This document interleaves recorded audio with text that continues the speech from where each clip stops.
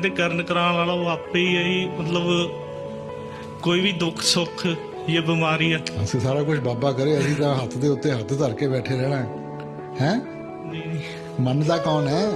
ਕਿ ਕਹਿ ਦਿੰਦੇ ਆ ਆਪਾਂ ਜਿਸ ਦਿਨ ਉਸ ਅਵਸਥਾ ਵਿੱਚ ਪਹੁੰਚ ਗਏ ਨਾ ਕਿ ਆਪਾਂ ਇਸ ਚੀਜ਼ ਨੂੰ ਮੰਨ ਲਿਆ ਕਿ ਸਭ ਕੁਝ ਉਹਦੇ ਚਾਹਤ ਦੇ ਨਾਲ ਹੀ ਹੋਊਗਾ, ਫਿਰ ਕਰੂਗਾ ਵੀ ਉਹੀ, पर मानता नहीं कोई।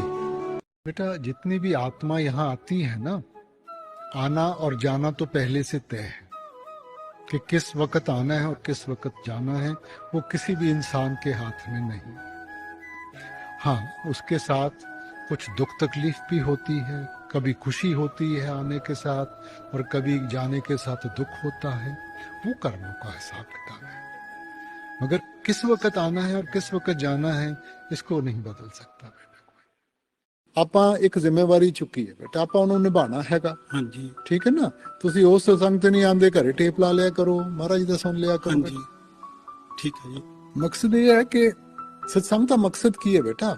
ਹਾਂਜੀ ਸਤ ਸੰਗਤ ਤਾਕੋ ਜਾਣੀਏ ਜਿੱਥੇ ਏਕੋ ਨਾਮ ਵਖਾਣੀ ਹੈ। ਹਾਂਜੀ ਠੀਕ ਹੈ ਨਾ? ਹਾਂਜੀ ਜਿੱਥੇ ਨਾਮ ਦੀ ਮਹਿਮਾ ਗਾਈ ਜਾਂਦੀ ਹੈ। ਹਾਂਜੀ ਹੁਣ ਨਾਮ ਦੀ ਕਮਾਈ ਤਾਂ ਆਪਾਂ ਆਪਣੇ ਅੰਦਰੋਂ ਕਰਨੀ ਹੈ ਬੇਟਾ। ਹਾਂਜੀ तो जे आप रोज भजन सिमरन करते हैं उस सत्संग तो कितने बेहतर है बेटा। ਹਾਂਜੀ स्वामी बाबा जी मेरा क्वेश्चन है कि आजकल बहुत सारे बच्चे डिप्रेशन में जा रहे हैं।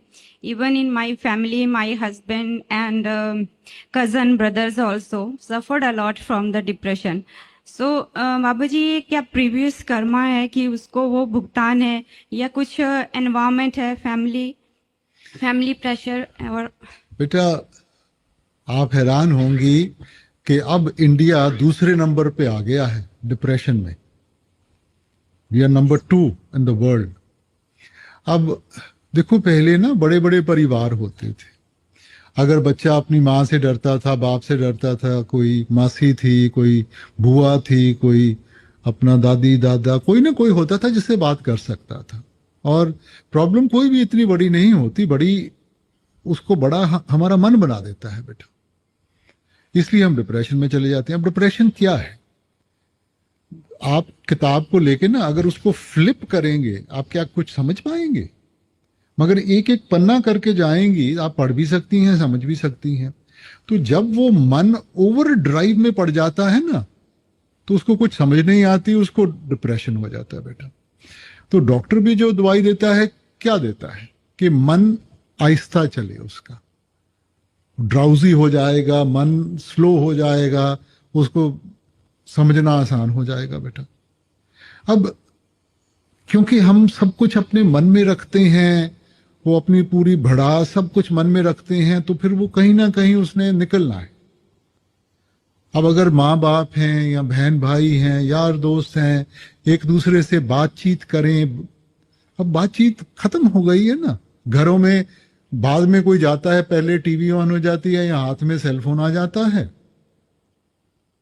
ना कोई इकट्ठा बैठ के खाना खाता है, ना कोई एक दूसरे का दुख दर्द बांटता है। इसीलिए ये चीजें होती हैं। तो ये तो हमने खुद अपने ऊपर लाई है ना ये अवस्था। अब ये कहना कि जी किस्मत में लिखा था या और कोई चीज थी, ये अवस्था तो हमने खुद बनाई है। तो क्यों नहीं परिवार इकट्ठा बह के रोटी खाता, क्यों नहीं एक दूसरे से बात करते? अब बड़े बड़े शहरों में वक्त किसी को होता नहीं है। माँ बाप भी जब शाम को आते हैं, थके हो रहे आते हैं, रोटी खा के अपना मन की थकावट दूर करने के किसी ने टीवी लगा ली, किसी ने किताब पकड़ ली, बच्चा अपने कमरे में बैठा है, वो टीवी देख रहा है, आईपैड पे है। तो क्योंकि बातचीत खत्म हो रही है बेटा। अगर बातचीत बनी रहेगी ना तो कुछ नहीं होगा।